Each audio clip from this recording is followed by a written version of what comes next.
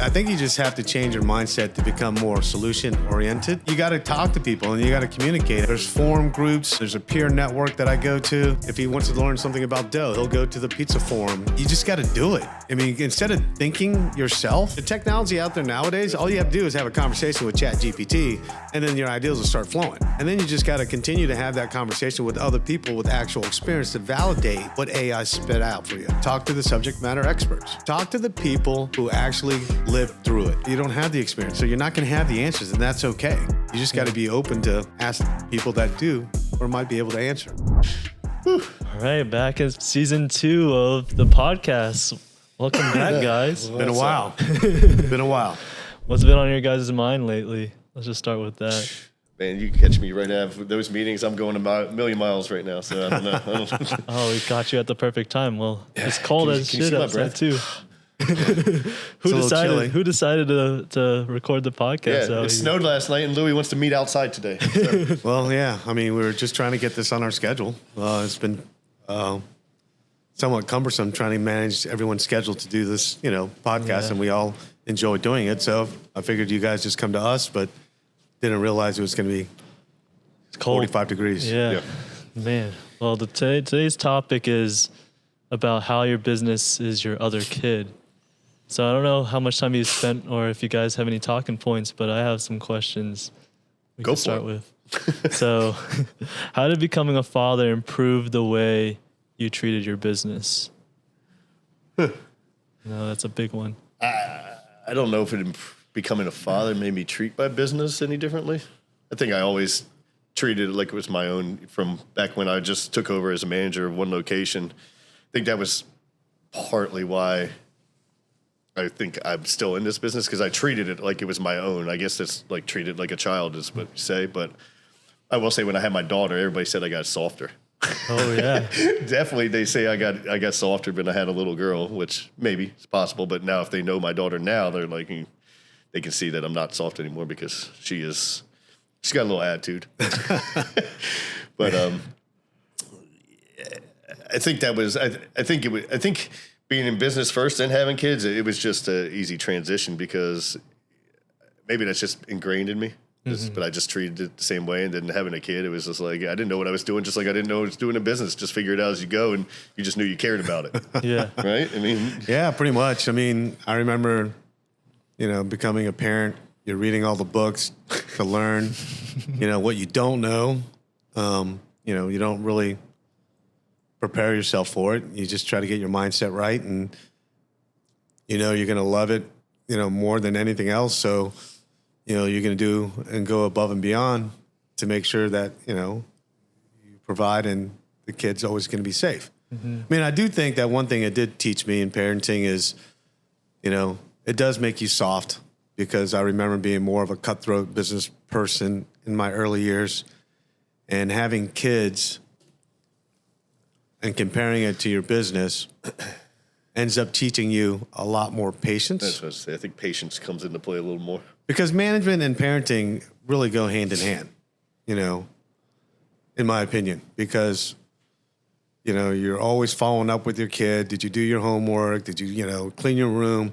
No different with management. Did you go off the checklist? Did you, clean the restrooms? Did you do all your side work? I mean, everything you can imagine. So management and parenting, in my opinion, go hand in hand. And I've used that analogy about, making sure our operating partners treat the business as their kid, because no one else is going to care for your kid as much as the parent. Yeah. He does use that a lot. And I think it goes down to everything with your child's important and urgent.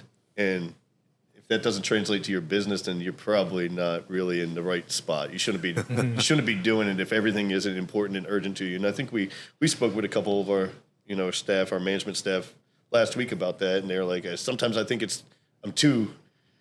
think everything's too urgent or too overly important. I'm like, I don't think that's bad. I think it's actually perfect. Yeah. So if you're not treating your business just like that, like you will with your child, then you're probably not in the right, ballpark. Because how you treat one thing is how you treat everything. Yeah. And you guys already kind of answered my next question, is how has running your business helped you in raising kids, helped you in becoming a better father? And you could touch on it more if you want. If you have any I mean, if you treat your business as your kid, you know,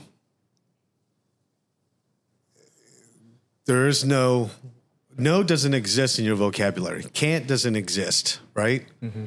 Because you choose, you're going to go above and beyond to protect, provide, making sure your kid's safe. And if you go in with the same mindset with your business, nothing can really stop you. Correct. Well, I mean, so to answer the way you asked the question, how has the business helped you parent?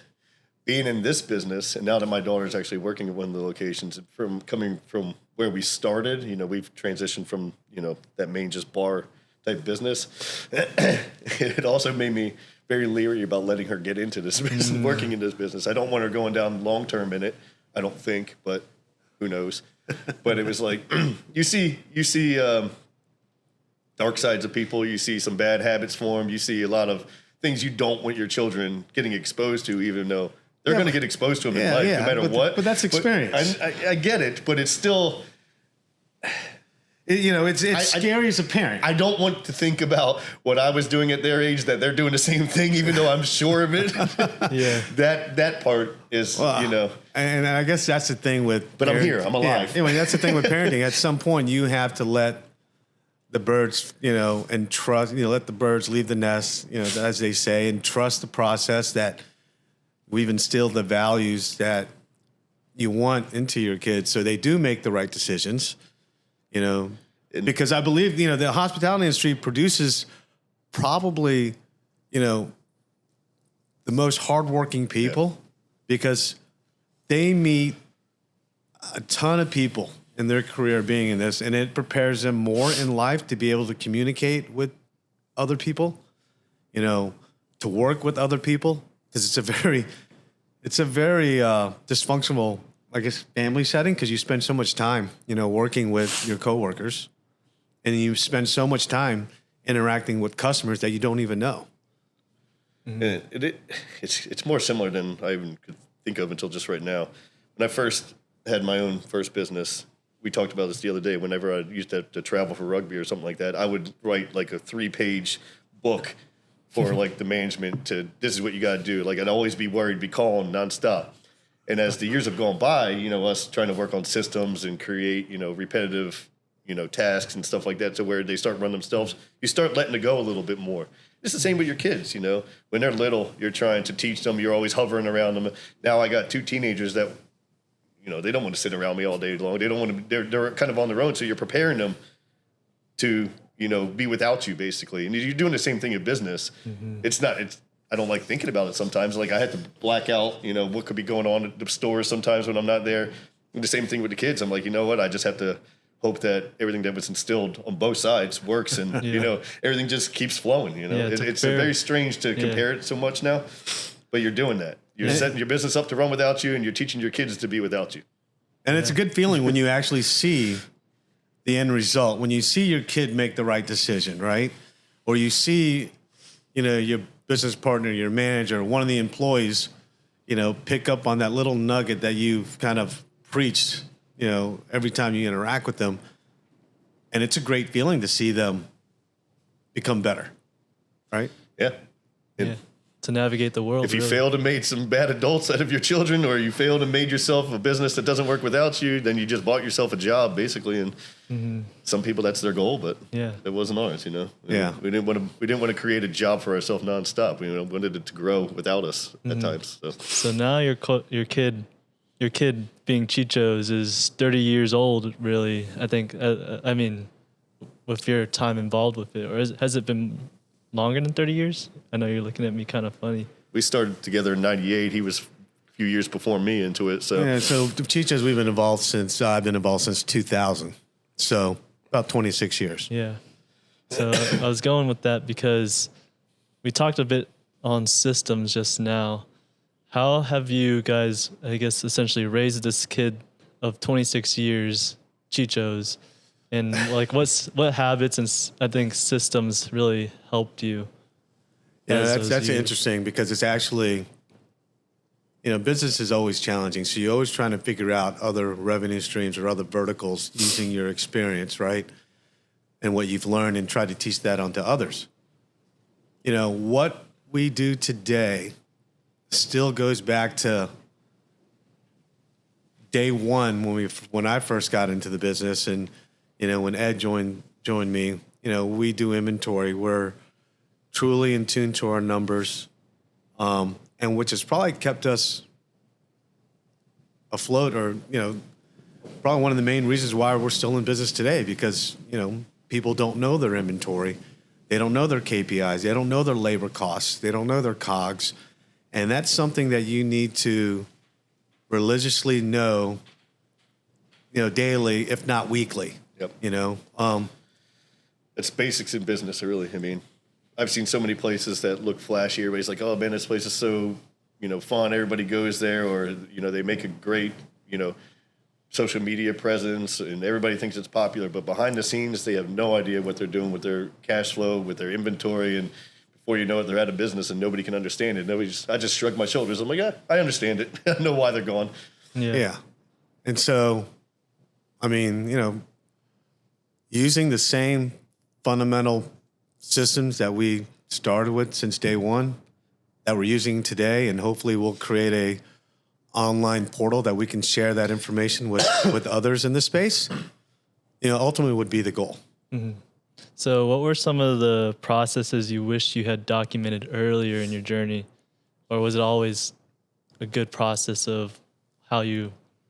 I still struggle with this. I think, excuse me, in the beginning, just with our inventory systems and, what systems we were doing where we were hands-on, I just did it all so much on my own just to learn it and figured the insides and outs of it, that I still do this today. Everything's always up in here in my head, and I probably need to have other people doing things with me or make them do it while in front of me, instead of me just saying, this is how you do it. And they're just like, oh yeah, sure. Because they don't want to disappoint me or see me think I'm getting mad at them. So it's just, they just walk off and nobody gets it. And extracting everything out of my head that, just is second nature to me and maybe him, and not to others. That's a big problem that I wish I worked on more years ago, because it's just ingrained into me at this point. And I don't know if I'm going to change that much. Yeah. So, it's like, management is one part of it, but then when you try to become a teacher, I don't know if we're very good teachers, right? Yeah.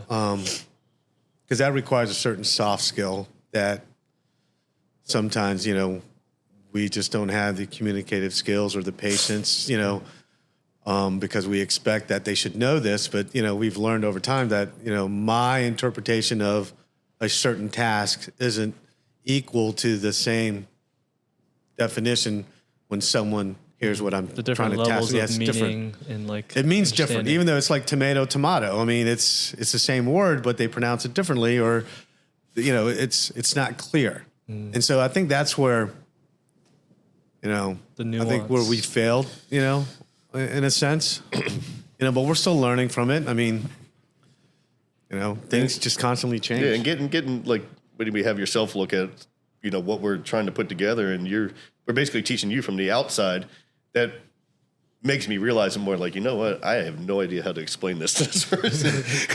But you're able to, you guys, like, some people have a natural instinct for extracting information out of other people. And I think, the team that you guys have working on the other side, it does that very well, because you're like, okay, slow down, go back to this. What is this? Because I'll just speed right through that stuff. And you guys are like... Second nature. Yeah. So knowing that years ago probably would have helped me develop some people that probably aren't with us anymore, or, we would have been a little bit more successful back in the day without just saying, okay, I'll just do it myself. If only you had like a parent's handbook of equivalent to this. Yeah. So that's interesting. Maybe you just call it like your parents' handbook and make it into Business parenting 101. Yeah, business parenting 101. I mean, but you got to think about it. I mean, Ed and I, we were doing other things, so we really didn't get back into the hospitality space till like 2016. Because we had a 9-to-5 company that we were starting off. And so, it's been a kind of reinventing ourselves over the last 8 to 10 years and getting acclimated to what we used to do. Hey, and it still works. And now let's figure out how to streamline it and make it available for other folks online. Yeah, that makes sense. Yeah. And I mean, And just going to the show in Orlando, it's like finding people that are in the same field that have more knowledge. You don't have to do everything on your own. I think I struggle with that with us developing our menu and stuff like that. I'm like, I can figure this out. There's a lot more resources out there in the world, and there's people that that can help you. You just got to open up your eyes and go look for it and be welcoming to suggestions, I guess. Yeah. Yeah. So, I mean, it's kind of like, like when you guys, when we were raising you, it takes a village to raise a kid. Yeah. Right. And no different with the business, you have to partner with the right vendors strategically. You have to partner with the right bankers to help you on the financial side. And it takes a village, and then you got to find the right people to run the businesses, so it does take a village to run a business, and, aligning yourself with like-minded folks that understand where you want to go from a long-term perspective, vision-wise. That's the key. I think it all works. All right. Well, I think we're coming to the end because I'm getting kind of cold. So maybe that is helpful to be in the cold so I don't drag it on too long. Yeah. But maybe we'll get to more of the heart-to-heart stuff, because I think through this journey, just reflecting on the last season of our first initial podcast season, it made me really reflect on how similar I am to you, Dad, because I'm much more stubborn than I thought I was, and maybe there's a lot of other things that I'm actually a bit more similar. But I guess going through this journey, I've been really thinking, like, honestly, I don't know what I'm doing. And I don't know sometimes when to ask for help. And kind of going back to what you guys are saying, like, how do you know when to ask for help? I don't know. Oof. That's going to be a problem because we're males. And we just say, okay, we'll figure this out. It's going to be when I think it's going to be when you get comfortable with certain people. Because you just won't ask any stranger for help, probably. I'm not the most sharing of feelings and emotions kind of person anyway, so I'm not going to let anybody know that I need some help on something, but they'll be able to figure it out, or eventually you'll just get to a point where you're going to have to verbalize what's going on in there. Even if you just say it out loud with nobody around, sometimes you'll start figuring things out. But I'm probably not the best for that because I'm not going to ask for much help, Jake. I guess I think you just have to change your mindset to become more solution oriented, and try to whiteboard scenarios in your head about a problem that arises, and trying to figure out, I can do A, B, C, or D, and figure out which option works for you. You know how we figure out we need help? We get into a yelling match, and then we figure out, we're not mad at each other. We're mad about this thing. Let's figure out this fucking problem. Oh, yeah. That's normally what happens with us. But you just gotta talk to people, and you gotta communicate. I mean, there's forum groups. There's a peer network that I go to.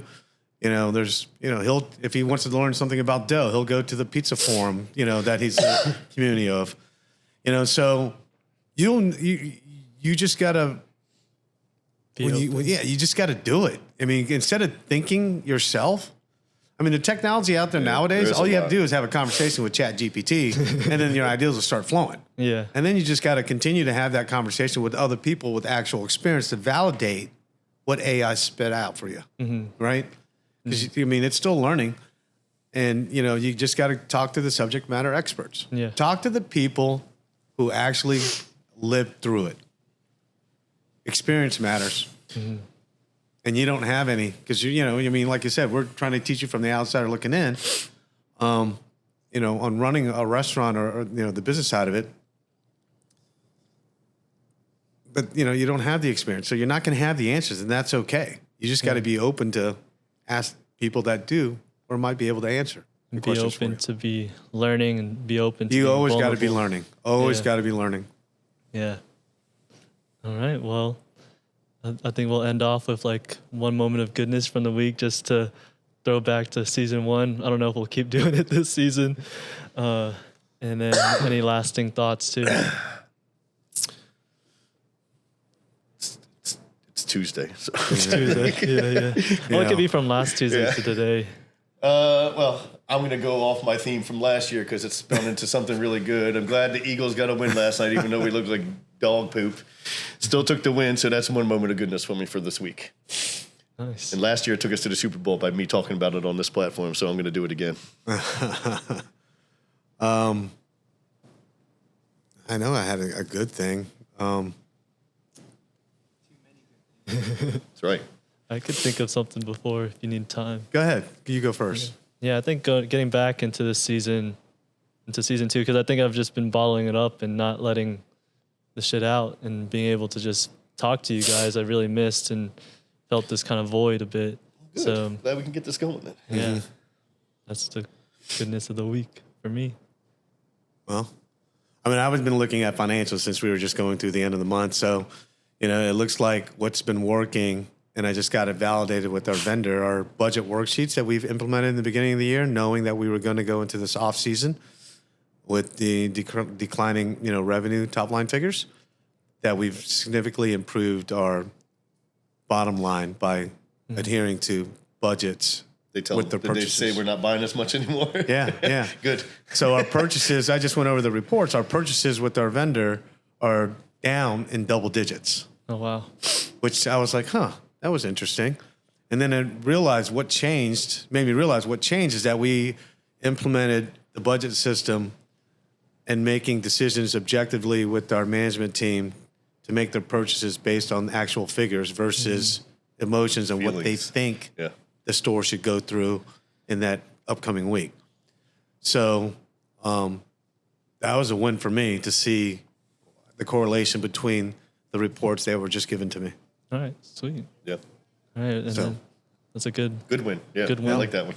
Yep. So we'll end off with a one word close, and then I'll do the outro. Boy. I'm One word again. fucking cold. Freezing. How about that? Yeah. So that's the word. We're going with cold and freezing. Yeah. All right, it's winter. Yeah. Or winter. So thank you guys for watching. Make sure to subscribe if you enjoyed watching our conversation here. Comment down below any questions you have. Be on the lookout for a wait list for some special stuff we're working on. And yeah, live Chichos. All All right. right. Let's get Thank one. you guys.